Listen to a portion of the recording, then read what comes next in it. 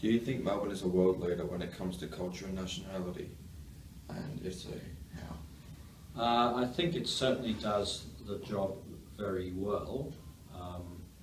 In response to the sort of last question, the fact that there does not seem to be that evidence of tension in the community here, and there's a welcoming of new cultures, suggests that we're getting something right. I think part of that is around respecting new cultures, as well as expecting new cultures to respect the Australian way of life. It is a key part of that. So I think we are doing very well in that sort of broader sense. And then if you look at the specifics of cultural aspects, the National Gallery of Victoria is in the top 25 in the world in terms of number of visitors. So last financial year there were 2.3 million visitors to that gallery. The Melbourne Symphony Orchestra is probably in the top 10 in the world. We have the Australian Ballet is based here in Melbourne.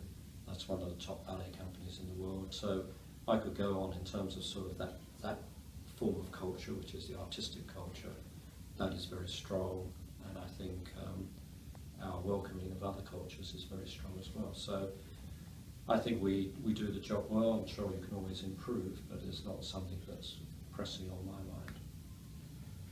Do you think the locals are very accepting and welcoming of the diverse cultures? Yes, I would say they are. So the sense of tension that you've had in years gone by in places like Bronte and Cronulla in Sydney, I'm not conscious of that having happened here in Melbourne previously. So I think there is a very welcoming culture. Part of that will be driven by the fact that so many of the people here are immigrants themselves, either first or second generation. And so I think that is well accepted.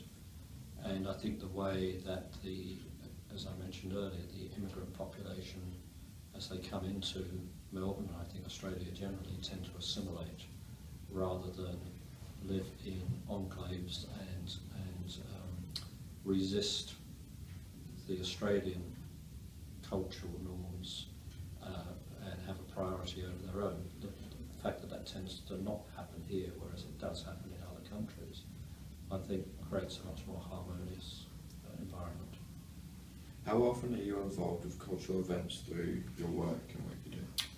Well, it's something that's a real passion of mine. So I've been involved with the Melbourne Symphony for 9 years, and I'm now the chairman of the Melbourne Symphony Orchestra.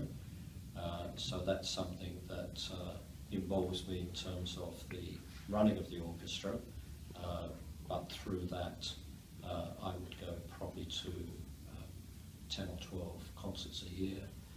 I'm also a trustee of the National Gallery, and would probably be in the National Gallery on gallery matters probably every other week, and attending some sort of function there and some sort of viewing at least probably once a week. So for example, I was at the National Gallery on Monday evening, and I'm back there again on Thursday evening. So I spend a reasonable amount of time. Today I've got 2 meetings with the Melbourne Symphony Orchestra, folk.